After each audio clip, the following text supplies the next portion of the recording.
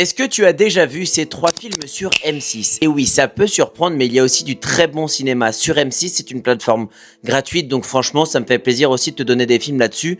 Fonce les voir. Pense à me suivre pour plus de recommandations cinéma et je vais commencer avec Trevor, un personnage énigmatique, insomniaque, qui n'a pas dormi depuis 1 an. Il est épuisé par la vie et la première fois qu'on le voit, il est en train de se débarrasser d'un corps jusqu'à ce qu'un agent de sécurité arrive et lui demande Who are you? Ouais, désolé pour l'accent. Mais Trevor, de notre côté, on sait pas non plus vraiment qui il est et on sait qu'il partage sa vie entre une serveuse et une prostituée. Il travaille dans une salle des machines et qu'il est accusé d'un accident qui a eu lieu dans l'usine, qui a coûté le bras au triste Miller. Et lui, il se défend d'avoir causé cet accident en disant qu'il avait été distrait par son ami Ivan, mais le problème, c'est que cet ami, il n'existe pas, en tout cas il n'est pas enregistré comme étant un travailleur de l'usine. Alors Trevor, vous l'aurez compris, il est en pleine paranoïa. Ce film là, ça s'appelle The Machinist. Et tout comme Trevor, nous en tant que spectateurs, on commence à s'entremêler entre le rêve, la réalité. Il y a des influences littéraires extrêmement claires entre Freud, entre Dostoïevski qui est extrêmement présent avec beaucoup de clins d'œil dans le film, mais aussi une influence lynchienne parce que dès qu'on parle de rêve, on parle de David Lynch et ça se ressent tout le long du scénario. Christian Bale, il est métamorphosé dans ce rôle, c'est pour moi un de ses rôles les plus spectaculaires. Il a perdu énormément de poids, je pense que tu as déjà vu cette photo de lui, et bah sache que ça vient de ce film. Bref, The Machinist, c'est du très bon cinéma et c'est le premier film de ma liste. Bon, je vais essayer de pas trop vous trauma, donc pour le deuxième, on va partir sur un autre film, mais beaucoup plus léger cette fois-ci,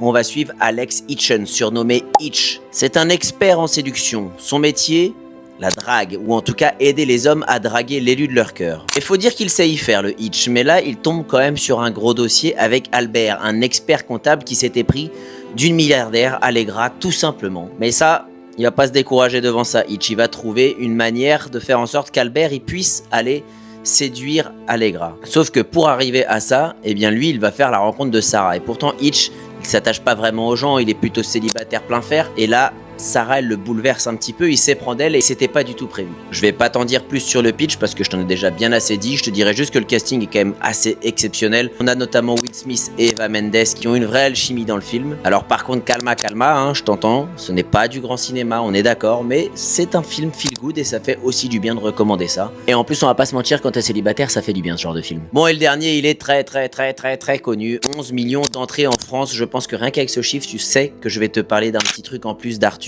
Mais voilà, il est sur M6 et je voulais te dire qu'il était sur M6 parce que peut-être que tu ne le sais pas et ça fait toujours du bien de revoir ce film. En plus, il y a le documentaire qui vient de sortir que j'ai envie de voir. Dis-moi ce que tu penses de cette sélection. La bise!